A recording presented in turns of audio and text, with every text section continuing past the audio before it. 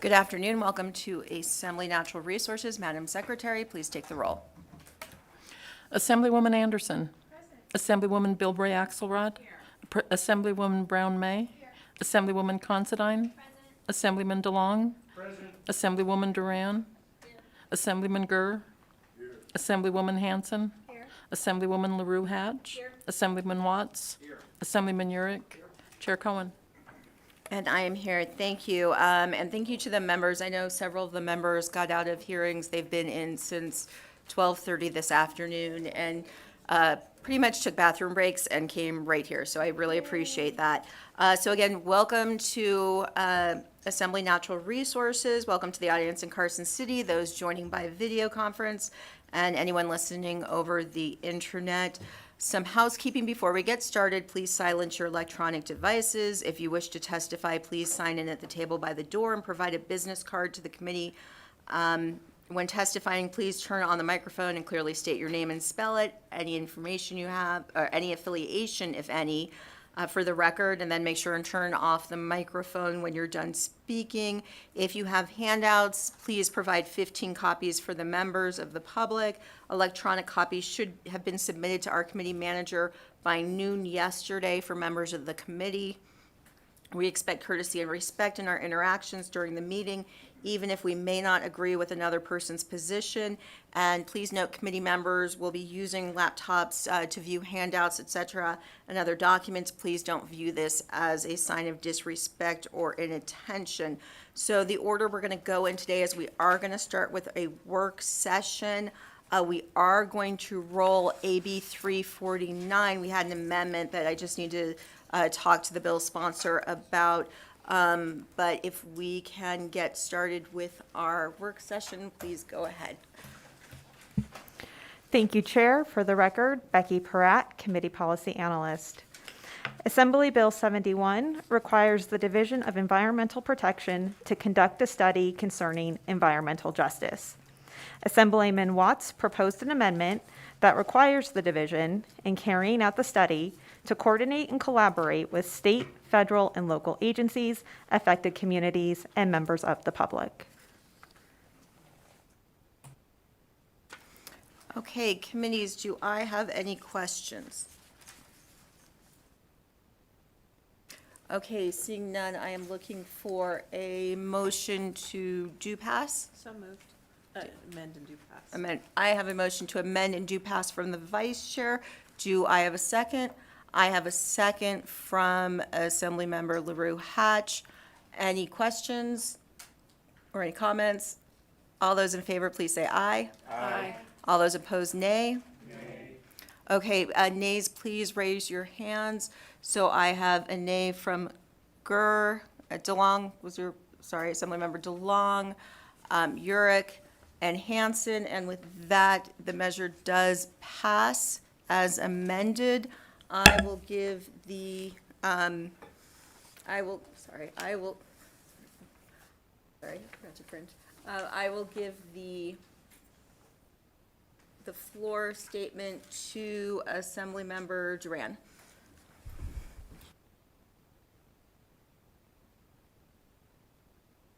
Please go ahead.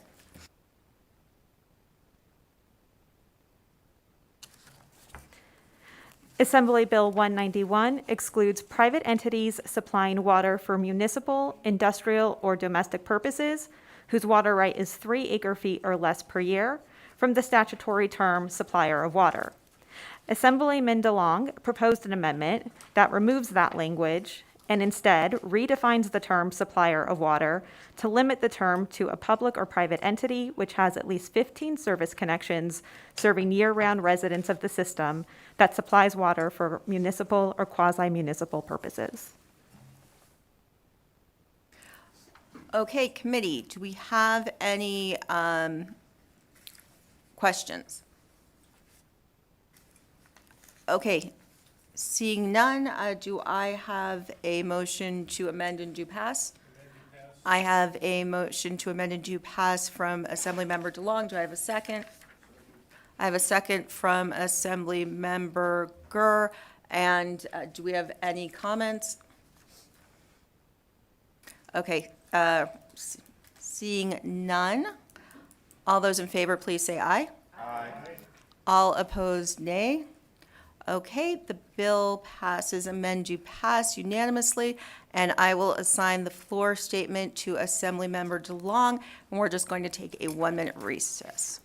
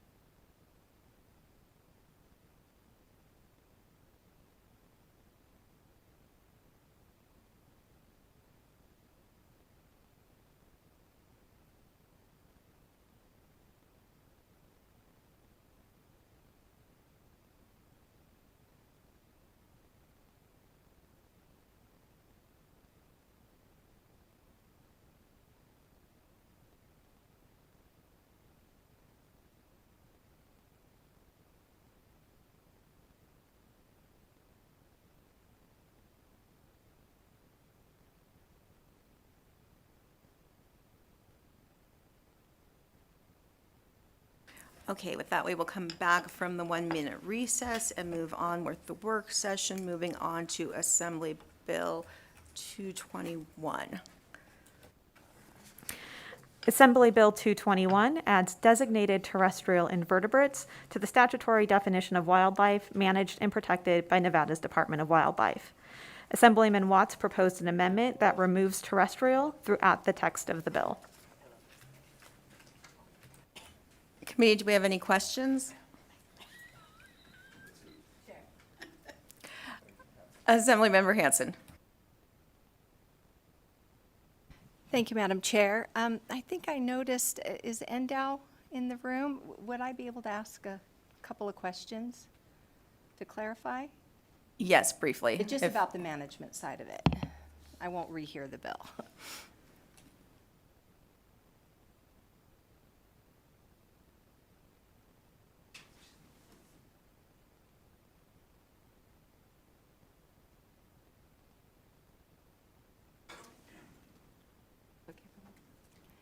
Thank you. Is it Mr. Janae? Am I saying it right? Yes, for the record, Alan Janae, Director, Department of Wildlife. Thank you. Thank you for coming up on short notice, and I'm sorry I didn't give you more notice. I just needed to understand, NDOW is on board to have this responsibility, and I want to know, I know a lot of this management might help us not get to an endangered species sort of situation. I just had some concerns in the management side. I know historically, we look back with the bull trout in Jarbidge, the Forest Service shutting off the road to public access, those sorts of things happening. How would it look with NDOW management of, say, there's a moth, some sort of family of the butterfly or another invertebrate that is in a precarious position? Are we going to see would there be a chance that there could be some onerous sorts of access issues in relation to NDOW managing it? I mean, I feel more comfortable that NDOW is a state agency, but just wondering what that's going to look like in managing when you're getting into species that might have a precarious position.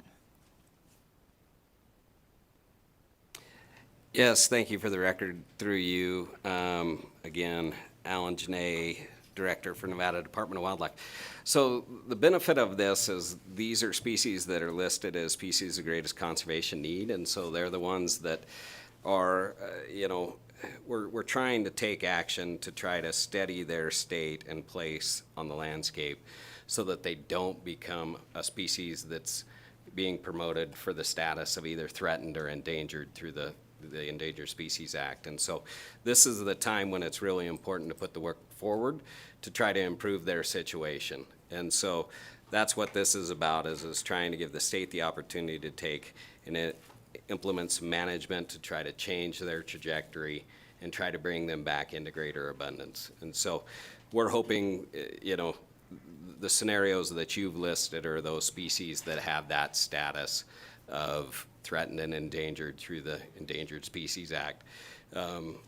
These other species are not of that status, and so the implication of, access restrictions or things like that, that wouldn't be the outcome of this. This would be us taking proactive measures with partners that want to do or have the ability to do this work to go, put a position towards that and try to work with partners that might be able to implement actions, but also as we are looking at projects that might be on federal landscapes, is we can consider them so that either there's measures that we can do to promote them or to avoid that impact, such as like on, if we're doing a restoration project, we can consider, is there a certain type of habitat that prefers? And either we can avoid it or we can try to increase that habitat on the landscape. Thank you, Chair, and thank you so much for coming to the table. Okay, thank you. Thank you both. Okay, so with that, I will take a motion to, I'm sorry, go ahead, Assemblymember DeLong. Just wanted to say, I will vote it out of committee, but I want to reserve my right to change my vote based on additional research on the full scope of NDOW's management activities. Okay, and committee members, as a reminder, you always have the right to change your vote before we get to the floor. We just request that you tell me and also the bill sponsor. So with that, I am looking for a motion to amend and to pass.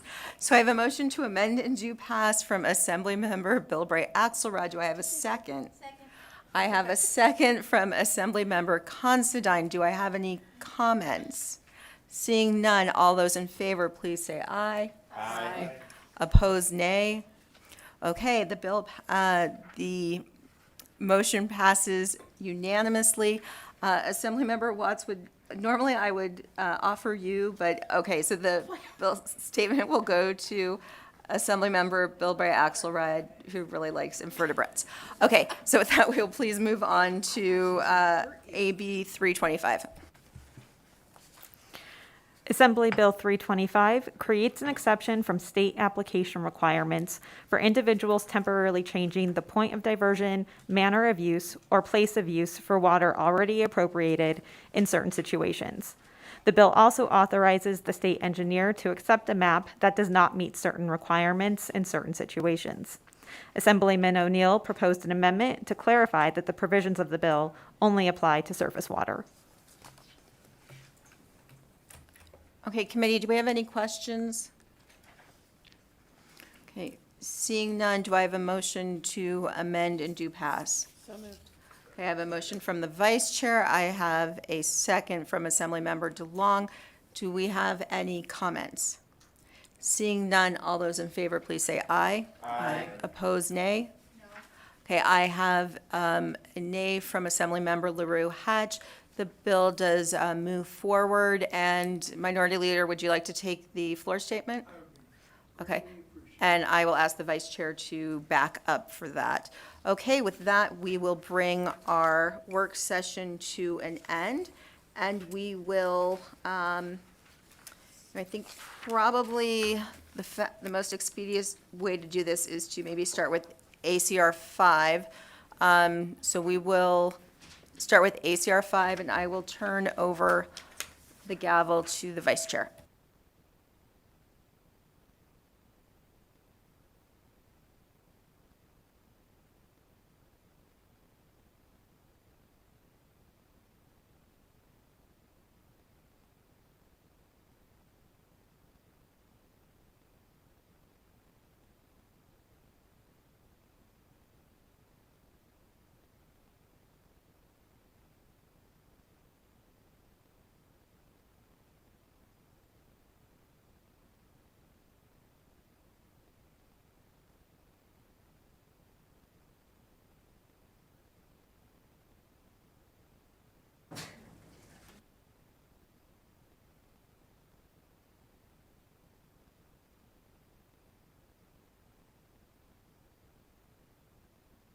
I will now open the hearing on Assembly Concurrent Resolution Number 5, which expresses support for the Lake Tahoe Transportation Action Plan.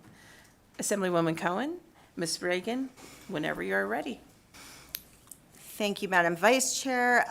Leslie Cohen, Assembly District 29 for the record. Before I turn over the presentation, I want to give the committee a little bit of information about our Legislative Committee for the Review and Oversight of the Tahoe Regional Planning Agency and the Marlette Lake Water System. This committee is a permanent committee of the Nevada Legislature whose authorization and duties are set forth in NRS 218E.550 through 218E.570. This was created in 2003 with the enactment of Senate Bill 216, and the committee provides oversight and review of the activities, budgets, programs, and responsiveness of the Tahoe Regional Planning Agency and Marlette Lake Water System. Although the committee was established in 2003, both TRPA and MLWS have been subject of legislative oversight for many years. In all but one interim since 1985, the Nevada Legislature has provided review and oversight for the Tahoe Regional Planning Authority, either through an interim study or currently defined statutory committee. So the legislature established the Marlette Lake Water System Advisory Committee with the enactment of Assembly Bill 804, and that committee existed for more than 30 years prior to the creation of the current statutory committee. The duties of the committee are set forth in NRS 218E.565, and those are to review and oversee the accountability, activities, budgets, programs, and responsiveness of the Tahoe Regional Planning Authority and the Marlette Lake Water System, to study the activities and authority and role of the Tahoe Regional Planning Authority regarding the Lake Tahoe Basin and the Marlet Lake water system pertaining to Marlet Lake, and to communicate with members of the California State Legislature to achieve the goals set forth in the Tahoe Regional Planning Compact, which is codified in several California and Nevada statute. So during the 2021-2022 interim, the committee held 4 meetings and was chaired by Member Peters. The meetings addressed a variety of activities, issues, and programs pertaining specifically to the Tahoe Regional Planning Agency and the Marlet Lake water system, and relating generally to Lake Tahoe Basin. So for ACR 5, the committee requested the drafting of a resolution expressing the Nevada Legislature's support for Lake Tahoe Transportation Action Plan. The action plan includes state transportation priorities for the Lake Tahoe Basin and is in response to SCR 8 of the 2021 session. This action plan also describes project benefits, considerations for climate change and equity, and project cost estimates accompanied by a funding strategy. The action plan will accelerate the implementation of transportation projects in the Lake Tahoe Basin using an endorsed multi-sector funding strategy across local, private, state, and federal partners. So to discuss ACR 5 more, we have Devin Middlebrook, who is the Government Affairs Manager for the Tahoe Regional Planning Authority, and Julie Regan, who is the Executive Director. Thank you. Thank you very much, Assemblymember Cohen. I am Julie Reagan, the Executive Director of the Tahoe Regional Planning Agency. Sorry. That's all right. That's okay. That happens all the time. And I have to my left, as the Assemblymember said, Devin Middlebrook from TRPA. And on behalf of our governing board and our staff, I'd like to say thank you, Madam Vice Chair, members of the committee, members of the public. Nice to be here. And we are representing a large partnership in Lake Tahoe, as was discussed. I'll take the next slide. In the interest of time, I'm going to move very quickly through these slides just to give you a flavor, because we had an excellent introduction from your chair. You all know that Lake Tahoe is a rural community, but we like to say we're a rural community on weekdays and a big city on the weekends, and that presents a lot of transportation challenges. We are a tourism-based economy, a $5 billion annual economy that is largely visitor servicing. And we have a saying at the lake: the environment is our economy, and the economy is our environment. And that also creates jobs for the state of Nevada and California and our region. And transportation affects the clarity of the lake. So unlike many other communities that really focus on transportation for movement of goods and services, which is very important in our area, we're also very much focused on transportation as it relates to lake clarity, air quality, and with the threats of climate change, our jobs are all getting that much harder. Safety has become a very important issue in our transportation planning as well. As your chair eloquently stated, the purpose of this discussion is really to build on years of work from the state of Nevada in partnership with the state of California, with the leadership of the natural resources agencies of both states, in partnership with our Department of Transportation colleagues in both states, and then most recently working through the last interim of the legislative oversight process as we bring ourselves to this ACR 8, asking for your support. And really, the essence of this whole endeavor around transportation has long been trying to find a solution of how to pay for the, quite honestly, billions of dollars of infrastructure investment that are needed at the lake. We are a small rural community, and so we need to have a leverage share approach, which is the history of our success in protecting the lake. We have federal support, we have the states of California, Nevada, local governments, and the private sector, and we've identified a $20 million annual funding gap.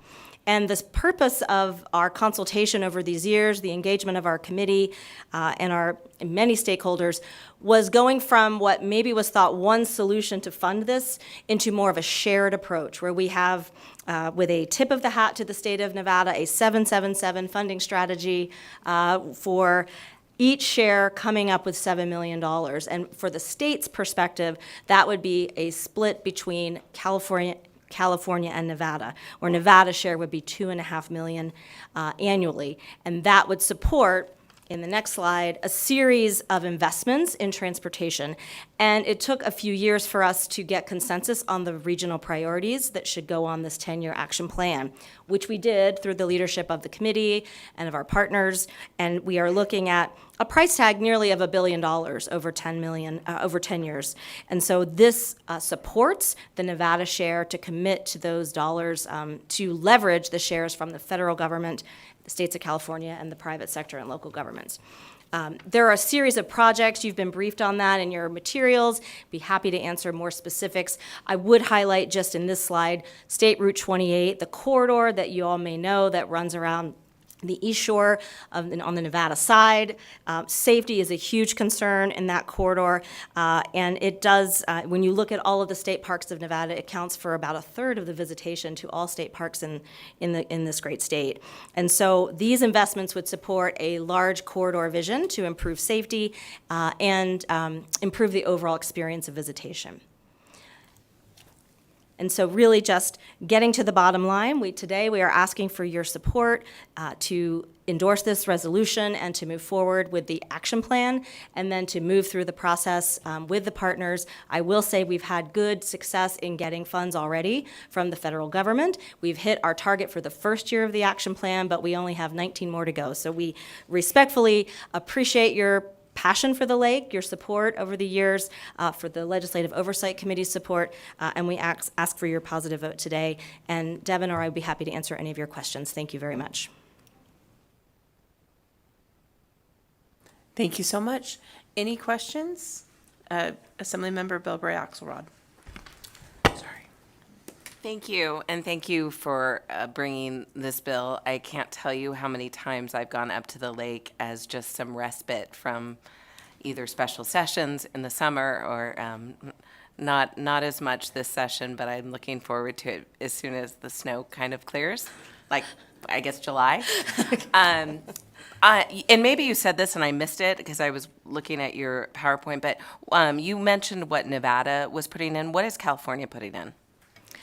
Thank you, Assemblywoman, for the question. Julie Reagan from TRPA. Yes, the state of California the target is $4.5 million, and we've met their first annual commitment to that, and we are working with their legislature as well. And we have a series of grants that could bring potentially up to $40 million if we're successful. So we have a number of grants that are outstanding, but we'll keep you posted on that there in their legislative process for budgeting as well. Assemblymember Hanson.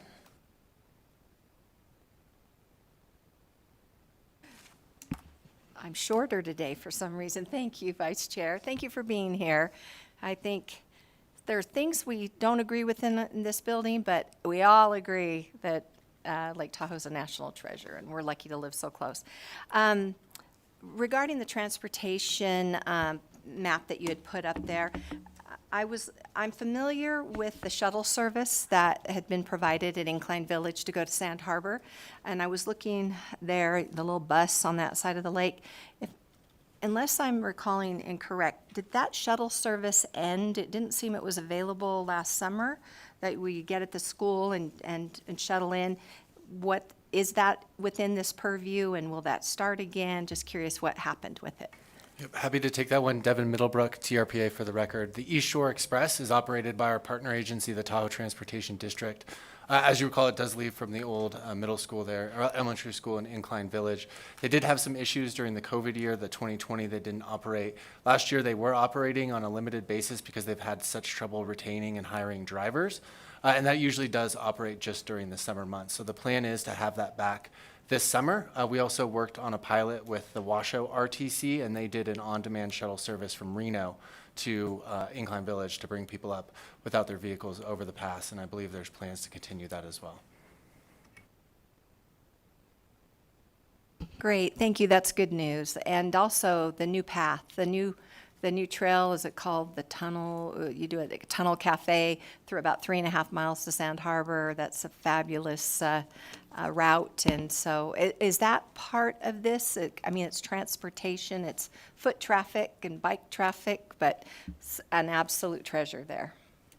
Thank you, Madam Vice Chair. Julie Reagan, TRPA, Executive And please go Director. directly to the member. Thank you. Yes, member.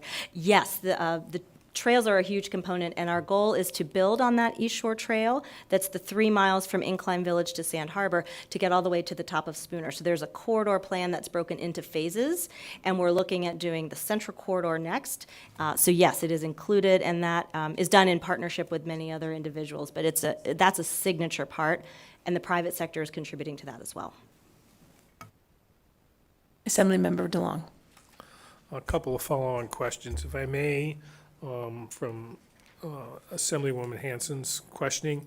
That corridor to Spooner, is that going to be adjacent to 280, to 28, or is it going to be closer to the lake? Devin Middlebrook for the record, specifically the trail.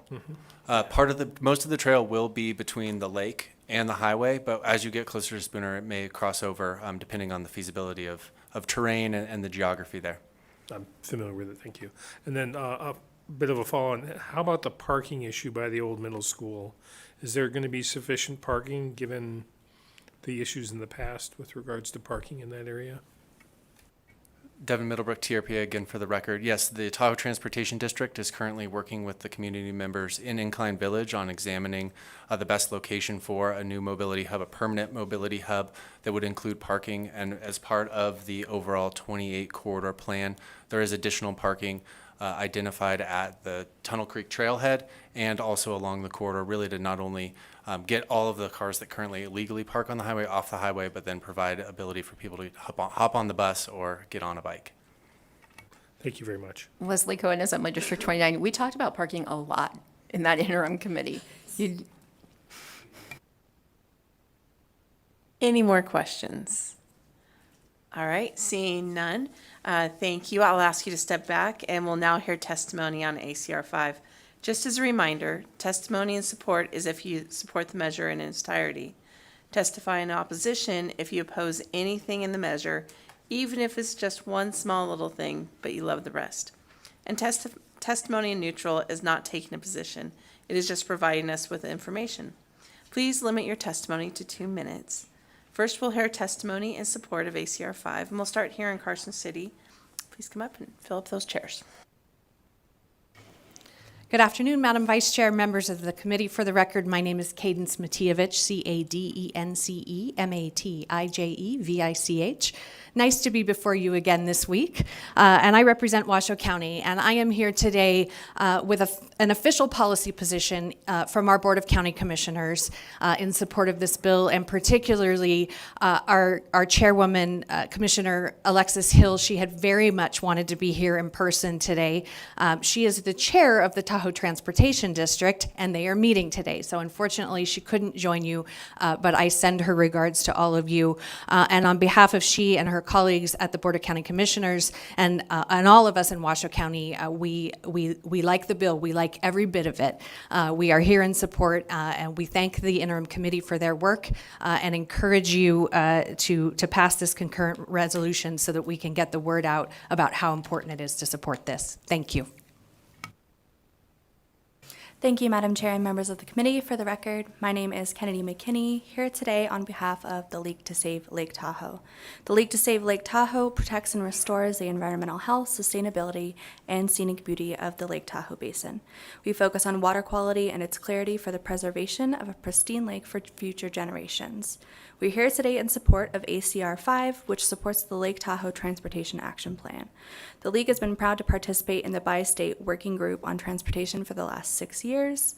This collaboration of public and private entities working to advance high-priority transportation solutions in the Lake Tahoe Basin. The transportation network is one of the biggest contributors to fine sediment pollution in the lake, and reducing vehicle miles traveled is key to keeping Lake Tahoe blue.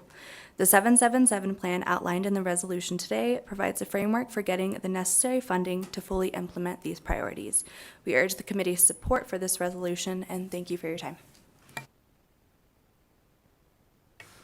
Thank you, Madam Vice Chair, members of the committee. Isaac Hardy, representing the Nevada Conservation League. We are in proud support of this resolution. Thank you. Anyone else in Carson City testifying in support? Seeing none, and not seeing anybody in Clark County unless they are behind that podium wall, and nobody in Elko County. Let's move on to BPS. Is there anyone wishing to testify telephonically? If you would like to testify in support of ACR 5, please press star 9 now to take your place in the queue.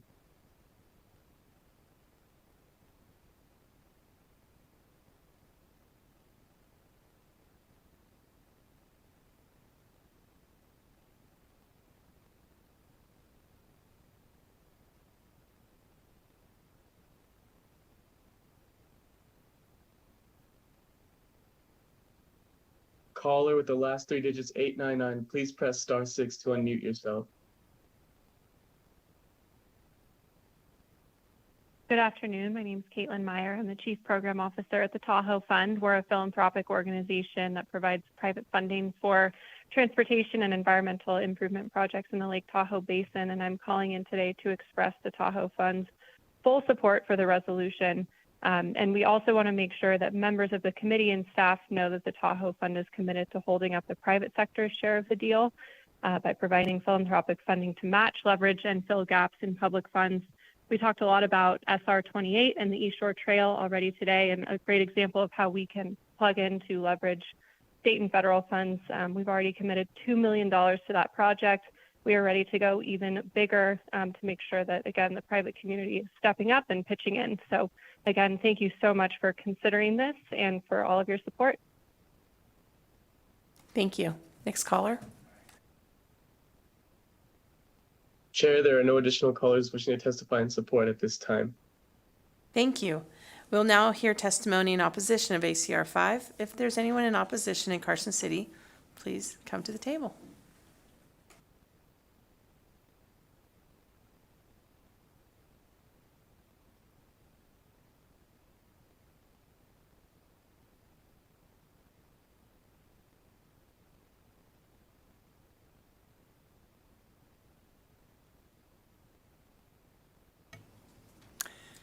Okay, I am Robert Byron, and I live along the east shore of Lake Tahoe, and I've come to voice my opposition to ACR 5, a resolution affirming Lake Tahoe Transportation Plan. Specifically, that plan calls for adoption of the NDOT's US 50 East Shore Corridor Management Plan, or CMP, which is now under revision, but still includes adding dedicated multi-use bike lanes at the expense of 2 lanes of traffic, which are essential to the community where I live. For the record, I've attended and interacted with the CMP study team at all 4 public hearings and listening tours, and it is clear to me that the study team has either ignored or given lip service to several major issues. These are my concerns. First, the additional congestion caused by the reduction in number and width of north and southbound traffic lanes. Look, we are a destination resort with over 15 million people visiting each year and a transient population that can reach 300,000 during the high seasons. And most of these visitors use Highway 50 as their main access and thoroughfare because they really have no alternative. FOTURS has already no-listed Lake Tahoe as a desirable resort due to congestion. The CMP will only add to the severe traffic congestion in our community. Second, the attendant air pollution and algal bloom result in lake clarity reduction caused by additional travel time, which are exacerbated by the frequent temperature inversions at Lake Tahoe. Third is the access problem for power, water, sewer, and road maintenance vehicles, with the shoulder essentially lost to these multi-use lanes. Fourth, the winter travel conditions in our alpine climate are unique in Nevada, given the large transient population at our 11 downhill ski resorts, and these create special safety needs and require rolled shoulders for snow clearance. Finally, bike safety. Because barriers are proposed to form these dedicated multi-use lanes, the high-speed road bikers will not choose to interact with pedestrians, strollers, lime scooters, and skateboarders. They will prefer to share the road with the cars and trucks. Now, with only 1 transportation lane in each direction and no shoulder, as proposed, the cars and trucks will be forced to pass the road bikers by veering into the center turn lane, I'm which so creates... sorry, sir. Can you start wrapping it up? Okay, Thank which you. creates several obvious safety problems. Better solution is to keep the 4 lanes of traffic and create a proper Class 2 bike lane at the shoulder. So for these reasons, I definitely oppose the resolution. Thank you. Thank you. Whoever'd like to go next. My name is Sydney Morrow, and I live in Glenbrook, Nevada, and I feel genuinely un-American sitting here today in opposition of this particular resolution. I'm asking you all to please really think through that in approving this today, you're agreeing to provide the Tahoe Regional Planning Authority with $2.5 million a year in addition to the $6.8 million that we already give TRPA for transportation purposes. I'm really asking you to consider if this additional cash outlay benefits the constituents of your district. To fund this, you're going to have to issue environmental improvement program bonds. You're going to take money from the Conserve Nevada program, and you're going to provide direct budget appropriations to this agency. Bonds require repayment with interest. Reallocating money from the Conserve Nevada program impacts Las Vegas conservation projects and our own state parks and museums.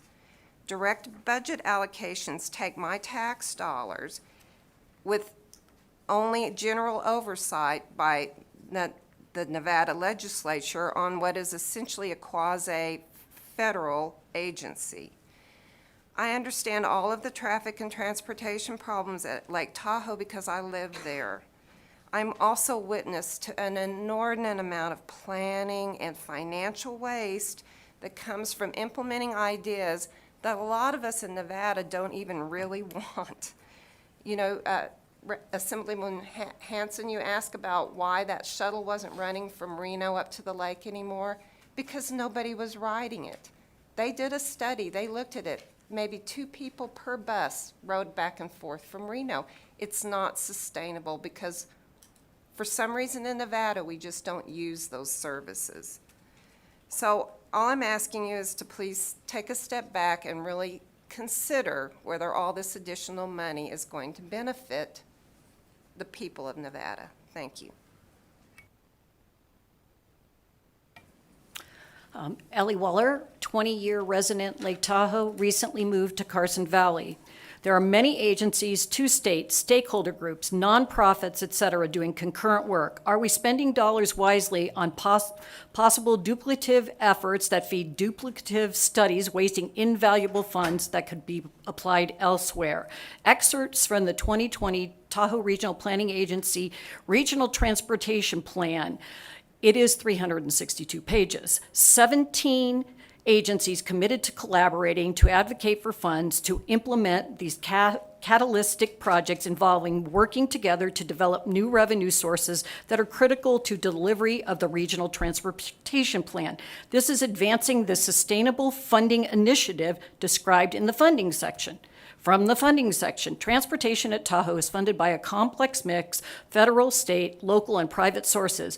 Resort destinations like Tahoe, which see high visitation and seasonal travel, require funding sources from transportation services that require above and beyond the basic needs of the residents and commuters. Don't forget that there are residents that still live there. An estimated $2.4 billion revenue is anticipated to be available over the next 25-year planning period. TRPA forecasts needed investments totaling nearly $3.4 billion to implement the plan's full build-out over 25 years, leaving a $1 billion gap. An example of the plan is what Executive Director of TRPA brought forward. The proposed 777 plan, I believe, is fatally flawed. The plan assumes $7 million in federal, local, and private funding is available for 20 years as one gap measure. Governance of those funds and ability to obtain funds is indeterminable. Public participation in a lot of these processes, as you've heard from the public, the listening sessions, they just have to stop. I'm so sorry. Can you start wrapping up, please? Sure. Thank you. I will wrap up. Observation. All in favor are agencies, nonprofits, as mentioned, as the partnerships, and everybody you hear today in opposition is the members of the public. Thank you. Anyone else for opposition in Carson City? Please. Thank you. Come to the table.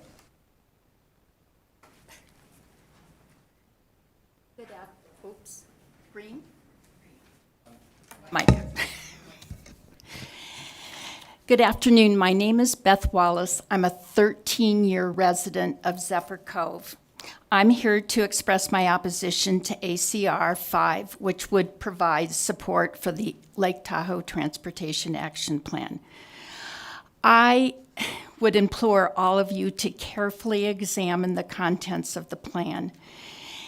As one of the many residents living on Tahoe's East Shore, one small part of this resolution supports the East Shore Corridor Management plan that you heard about from TRPA that suggests that some of our roadway, Highway 50, a major highway, be reduced from our current 4 lanes to 2 lanes intermittently, 2 lanes to 4 lanes to 2 lanes along that 13-mile stretch.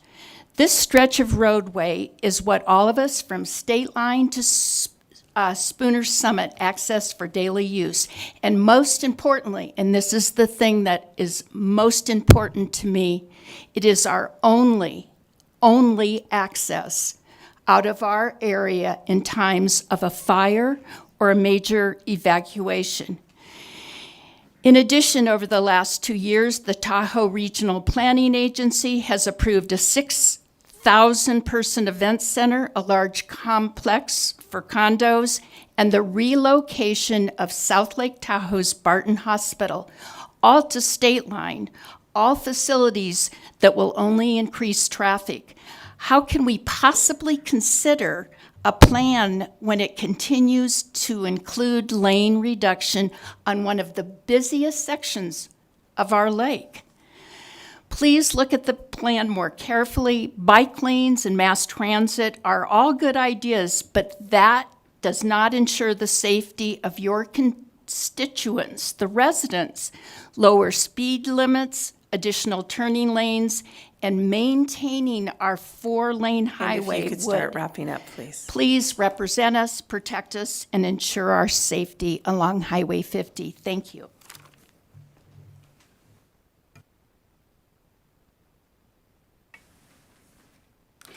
Stephen Dolan, Incline Village resident, 31 years. I didn't come here to speak about this. I'll see you later. But Assemblywoman Hanson, you asked questions about, and I believe, Sir, Mr. DeLong, you asked questions about the old Incline Elementary School and the transportation district's work there. I've been part of this whole situation since the department or the state highway patrol started to move people off of the road over by Sand Harbor. They immediately just decided to stop the parking, which was terrible and dangerous there along Sand Harbor. And then they moved that just experimentally to the old elementary school. And that worked for a year. And then it didn't work for a year. And then it was free, and then they charged for it. And then the reasons that it wasn't working, you were informed of just recently. However, that property being considered for a Tahoe Transportation District hub is absolutely not part of our community's desire. And I know this for a fact. I'm involved in all factions of Incline Village. And the consideration of consensus that was just stated, I don't believe is actually accurate. It doesn't represent the community. It maybe represents, I know Commissioner Hill is in favor of it, and she's the chair of that district, so that may be how that's being considered consensus. I have a problem with that. I also have problems with the increased travel there for fire problems. And the Incline Elementary School is located in an area that already can't handle the summertime travel that you were talking about, you were asking about. And the neighbors there are just terrified, selling their homes. Excuse me, if you could start wrapping it up, please. Okay, well, thank you. Thank you. I appreciate your time. Thank you, sir. Anyone else in opposition here in Carson City? Anyone in Elko or Vegas? Broadcast, is there anybody on the phones? If you would like to testify in opposition to ACR 5, please press star 9 now to take your place in the queue.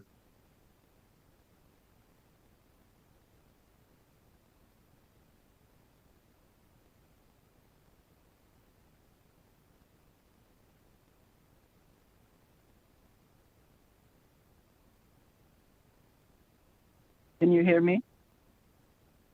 Yes, you may begin. Hello, can you hear me? Yes, we may. My We name can. is Elizabeth Lernhardt. I'm a resident of Zephyr Cove, Nevada for the last 6 years, and my comment is also on the Highway East 50 East Shore Plan. As much as I agree that improvements are necessary and appreciated, when it comes to the East Shore Plan, a bike lane is not part of it. Since 89% of the Tahoe Basin is public land, there should not be a problem finding a conflict-free solution for both a bike path and a four-lane highway. Given that there are 600 miles of bike and hike paths in the basin, I do not see the necessity to take lanes away from the only four-lane highway crossing it. And when it comes to improvement commerce causing gridlock and congestion on Highway 50, will certainly not benefit local business nor the clarity of the lake. When it comes to improved safety, the NDOT data clearly states that a four-lane road is safer than a two-lane one. As a matter of fact, 9 times safer. The other problem with pedestrians, bikers, and motor vehicles is user conflict. Intersections are the third cause of fatalities in Nevada. 25% of fatal crashes are pedestrian crashes, with 40% occurring close to a crosswalk or sidewalk. These statistics should be self-evident. But if you need a practical course on how this plays out, I recommend visiting State Line Casino Corridor on a holiday weekend. So why are you proposing more of this? As to the safety, the number one concern of residents is fire evacuation. We all remember Caldwell Fire and the long lines and hours it took to leave the basin. Highway 50 was the main escape route.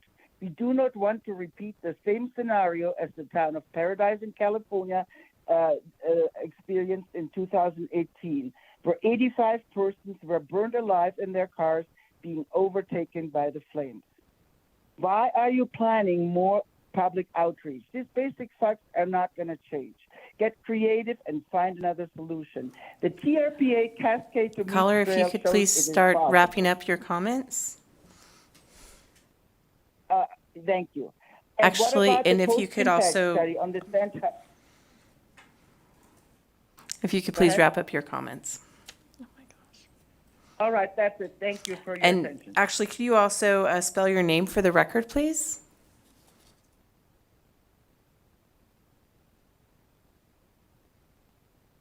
Chair, the caller has disconnected. Thank you. Next caller, please. Chair, there are no additional callers wishing to testify in opposition at this time. Thank you. Next, we'll hear testimony. Anybody who'd like to testify in neutral on this measure? Here in Carson City, seeing no one coming to the table. Elko and Clark County, nobody there. And then broadcast, is there anybody on the line to testify in neutral? If you would like to testify neutral for ACR 5, please press star 9 now to take your place in the queue.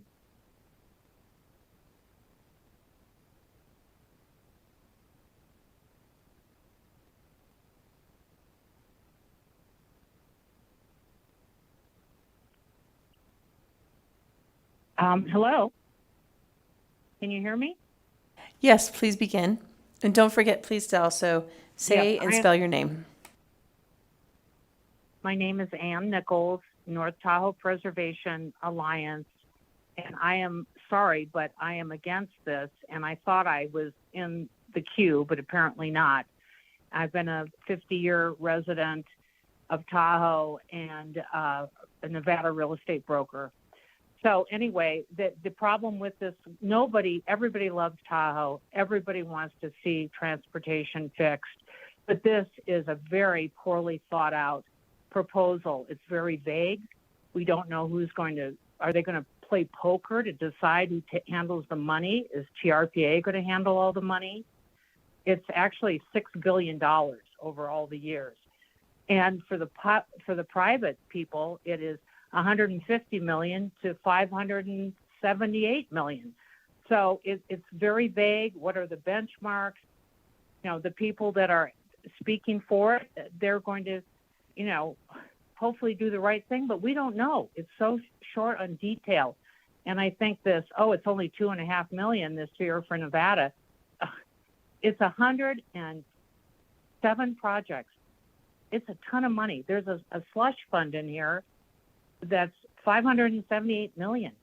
Is this really the way to protect public monies? You need to just take a step back and look at this carefully. It's not like you're against Tahoe or against transportation. It's just good, you know, it's critical thinking. Thank you. Thank you, and we'll make sure to put that under opposition. Next caller, please. Chair, there are no additional callers at this time. Thank you. Any concluding remarks before we close the hearing on this measure?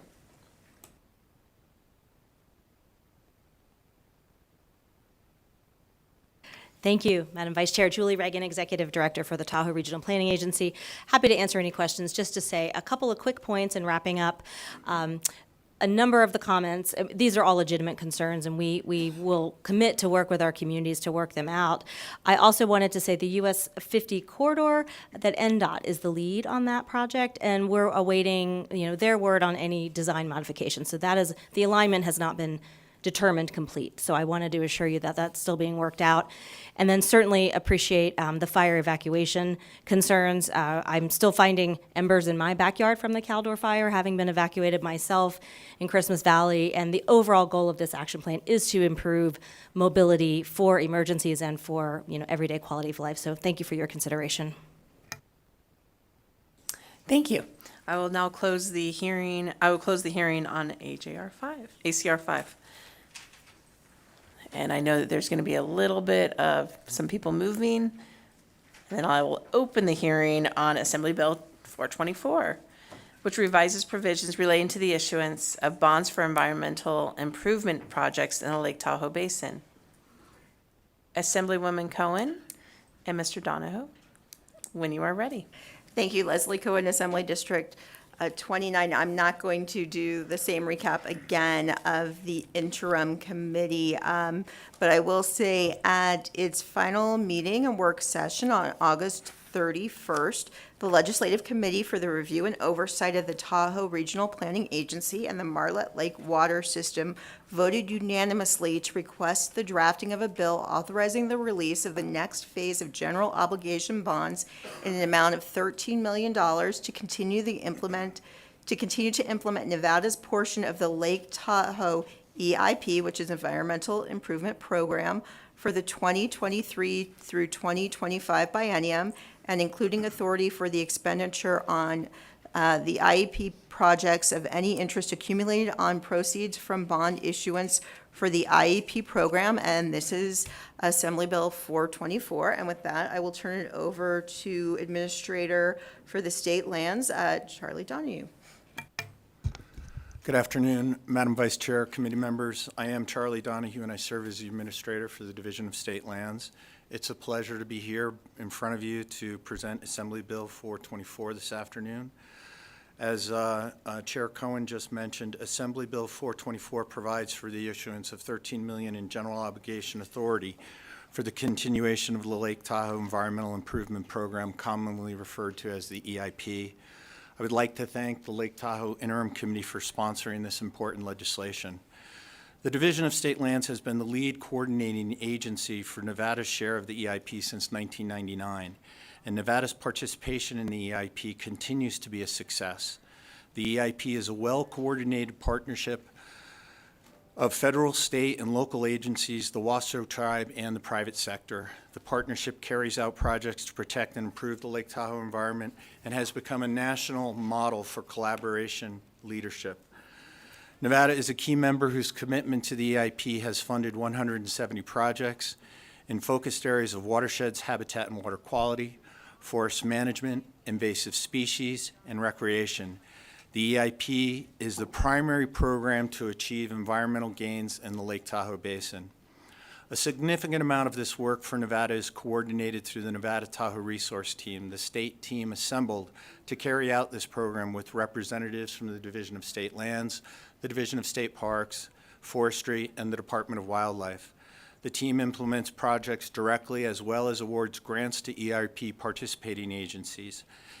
These have recently included water quality projects being implemented by Washoe County and Incline Village, as well as projects at Marla Bay, Cave Rock, and Kale Drive implemented by the Nevada Tahoe Conservation Districts. These are critical capital infrastructure projects that capture stormwater and treat fine sediment particles that are known to impact the lake's clarity. As the agency has done in many of previous legislative sessions since the start of the EIP, the Division of State Lands is requesting bonding authority for the next round of Nevada's projects. Specifically, Assembly Bill 424 authorizes the sale of $13 million in general obligation bonds for the continuation of EIP projects in the Lake Tahoe Basin. The activities listed in Assembly Bill 424 will continue to focus on the main areas of improving water quality infrastructure, continue forest health improvement to reduce the risk of wildfire, improve habitat, and improve the state-owned recreational facilities at Lake Tahoe.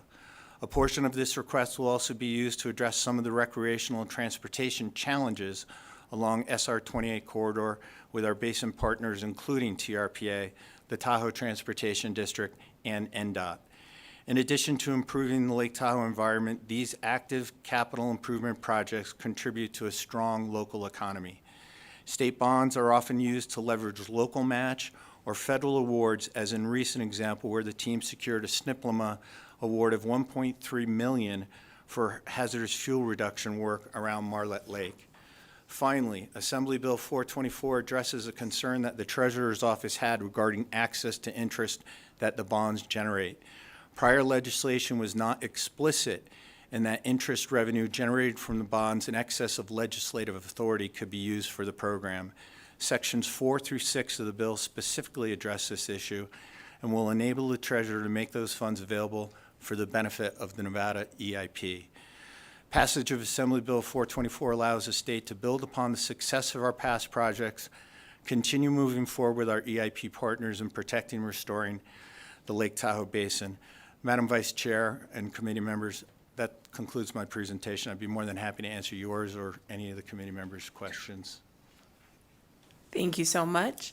Assemblymember DeLong. Thank you, Madam Vice Chair. You had mentioned fire reduction as one of the items. What's the primary methods of fire management that you're using?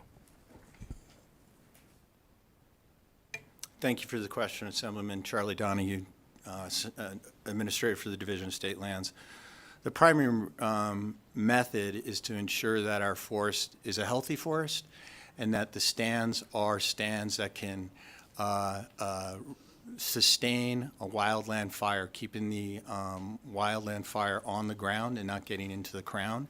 One of the projects that has been identified is up North Canyon and the northern portion of Spooner Lake. It would be an aerial operation where those the appropriate stand configuration would be established by the forester on the team. And the last time we did this, we actually contracted it out, and the helicopter was flying logs across Spooner to a decking location, and then they were transported to Quincy or Loyalton. We're hoping now that with the development of the new facility on the tribal property behind the Walmart here in Carson City, that we could maybe save a few bucks.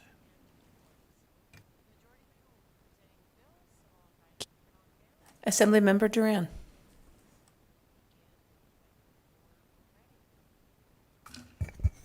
Thank you for the presentation. And, you know, Lake Tahoe is beautiful, and it's always nice to road improvements. I, you know, been up there, and I understand that the folks that live there, their concerns about traffic, because sometimes when you have somewhere beautiful to go, you do get traffic jams. But my question, you had just said you were going to use some of the bond money for transportation. Is there a certain certain amount set aside for that as well? Because in ACR, you just said the same thing. So is there a budget for that, or how does that work with this? So, Charlie Donahue, Administrator for the Division of State Lands. During our Director's Office budget hearing, Assemblyman Watts asked the Director's Office, and I moved to the table to respond, that towards the end of the interim committee, transportation really daylighted. The connection between transportation and recreation is really intrinsic, particularly along the SR 28 corridor. And I felt comfortable. I was asked by my former director at the time what I felt comfortable in terms of participating in terms of our bond program and the overall EIP bonding authority of $100 million. And I felt comfortable at that time with projects that we identified with our partners. One of the projects that is going to be implemented is a mobility hub that Devin talked about, which will also have an AIS inspection, a permanent AIS inspection station associated with it, with parking for that northern portion of the trail up by Spooner. So that is one element that I've identified talking with our partners. There may be other opportunities as well down by Sand Harbor as they initiate the expansion from, because currently the East Shore Trail ends at Sand Harbor, and everyone wants it to continue from Sand Harbor up to Spooner. So those are some of the projects that have been identified. So with the money that they are in ACR 5, they're using that for a different part of the transportation. I'm just trying to figure out, is there two different plans, and why is it not consolidated as one? Charlie Donahue, Administrator for the Division of State Lands. I would say that the plan is well unified, and the projects that I just spoke of are actually identified within the plan that was just, the transportation plan that was just discussed. Thank you. Any further questions? Seeing none, if you'd like to take a seat, and I realize, Chair Cohen, that I believe you have another meeting that you have to go to. I can stay Or for a keep few saying- minutes, but if I may though, so I think I was remiss, I didn't say the members of the committee. As I said, it's from the interim committee, Sarah Peters was the chair, Melanie Scheibel from the Senate was vice chair, Chris Brooks, then Senator James Settlemeyer, myself, and then now Senator Krasner. So just want to make sure everyone knows. Thanks. Wonderful. Thank you so much. All right. Just a reminder that if you are testifying in support, come on up to the table, and please limit your testimony to 2 minutes. We'll start here in Carson City, because it doesn't look like there's anybody in Elko or Clark County again. So, Carson City, you're on. Thank you, Madam Chair and members of the committee. For the record, my name is Kennedy McKinney, here today on behalf of the League to Save Lake Tahoe. We are here today in strong support of AB 424, which authorizes general improvement bonds to fund Nevada's share of the Environmental Improvement Program for the Lake Tahoe Basin. The Environmental Protection Improvement Program, or EIP, makes a significant difference for environmental restoration in the basin, funding numerous projects that help keep Tahoe blue. We urge the committee's support for this bill, and thank you for your time. Thank you, Madam Vice Chair. Julie Reagan, TRPA Executive Director. On behalf of our board and the big partnership of the Environmental Improvement Program, we're in strong support of AB 424. TRPA is very honored to lead that partnership. And to address the former comment, the plans are integrated, and basically these would count toward Nevada's share of the 777. Thank you. Good evening, Madam Vice Chair. For the record, my name is Steve Walker. I'm representing Douglas County. Douglas County is complete support of this bill. It's actually the 10th time I've testified in support. Thank you, Madam Vice Chair, members of the committee. Isaac Hardy, representing the Nevada Conservation League. This funding is critical for projects that will enhance forest health, reduce wildfire threat, prevent the spread of aquatic invasive species, protect water quality, and promote recreation. We urge the committee's support. Thank you. Anyone else here in Carson who would like to testify in support? Seeing none, we'll move on to testifying in opposition of AB 424. Anyone in opposite? Oh my gosh, thank you. How about on broadcast? Is there anybody in support on broadcast? If you would like to testify in support of AB 424, please press star 9 now to take your place in the queue.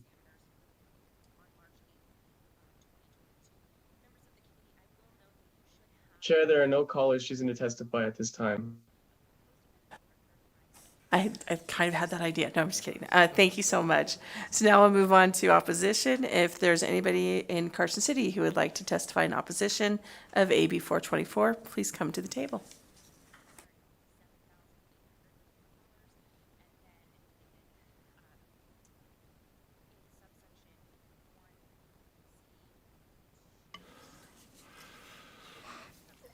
Madam Vice Chair and Natural Resource Committee members, my name is Stephen Dolan, D-O-L-A-N.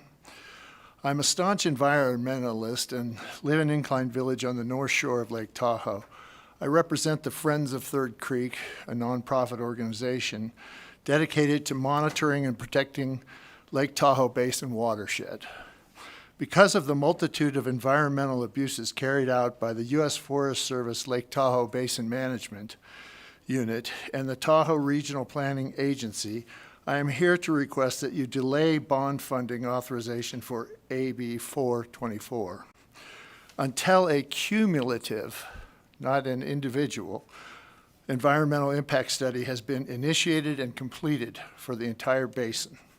The environmental damage done on the North Shore watershed is only a small percentage of abuses.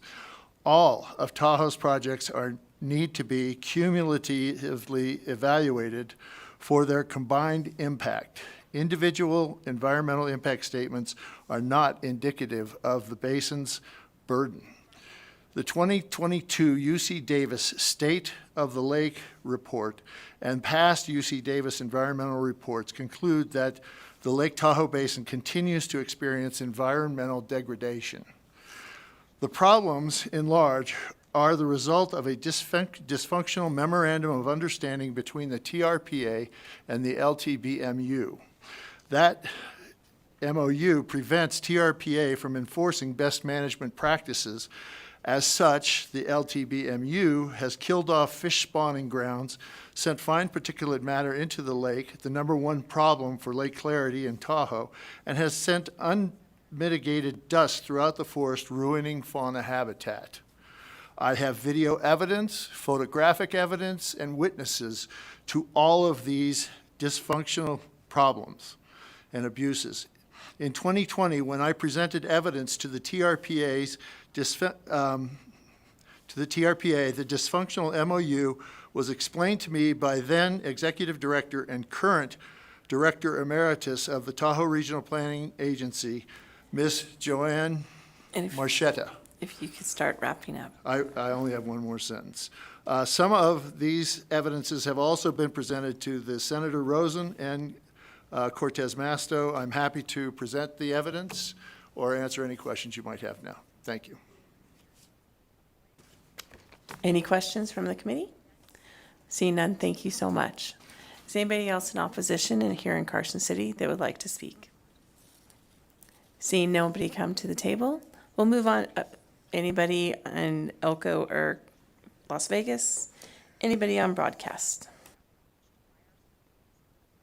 If you would like to testify in opposition to AB 424, please press star 9 now to take your place in the queue.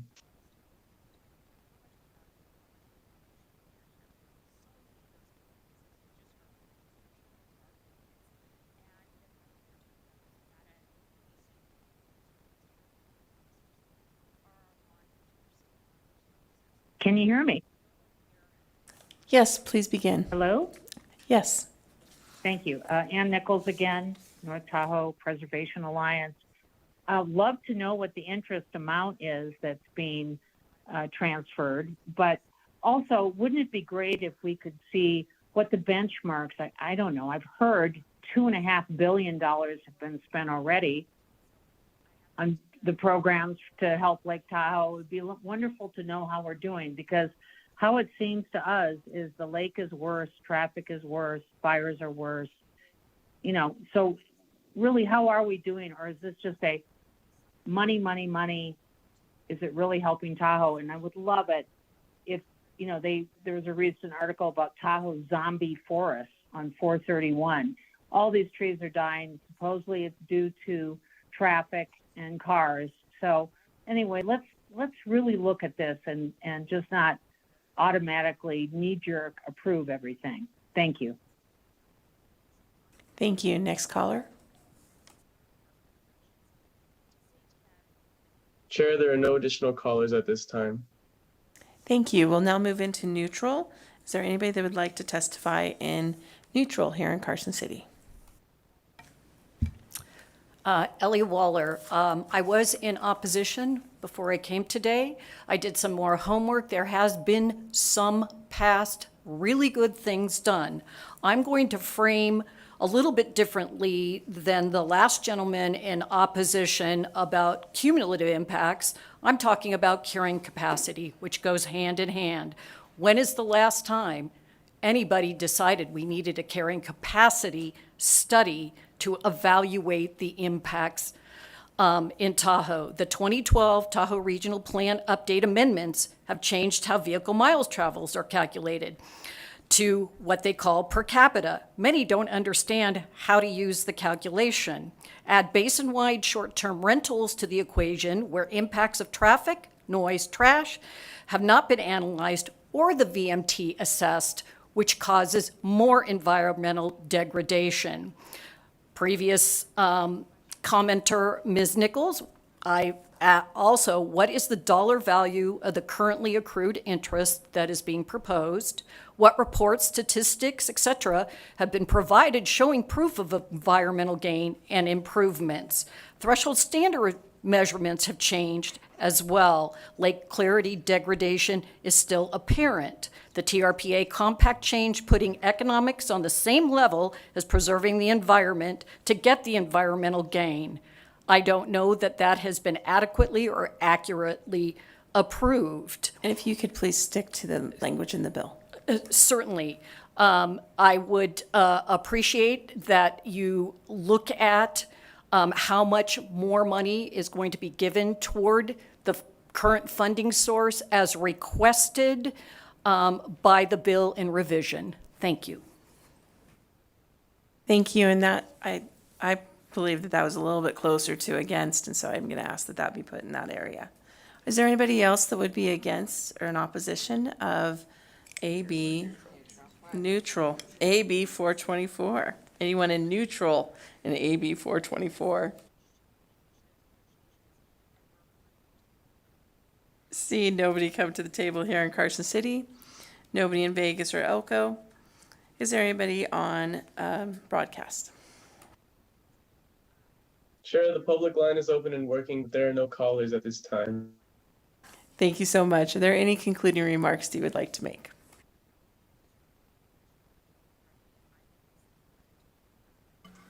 Madam Vice Chair, Charlie Donahue, Administrator for the Division of State Lands.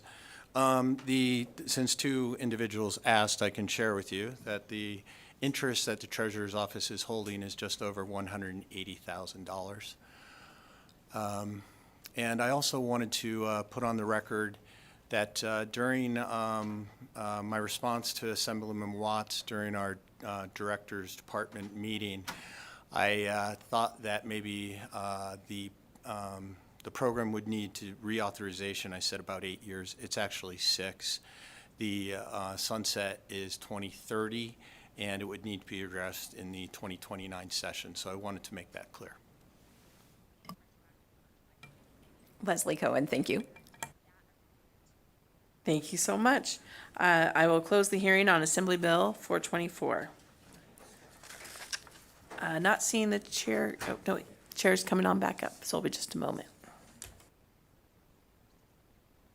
I will open up public comment, and so if you would like to have any sort of public comment, come on up to the table up here in Carson. You have 2 minutes to provide comment and may submit written comments as well up to 24 hours after their meeting. Is there anybody here in Carson who would like to submit or would like to participate in public comment? Seeing none. Anybody in Vegas and Elko? Seeing none. Anybody on broadcast? Chair, the public line is open and working, but there are no callers at this time. Wonderful, thank you. Then I will adjourn the meeting. And I believe we will be meeting on Monday. Thank you so much.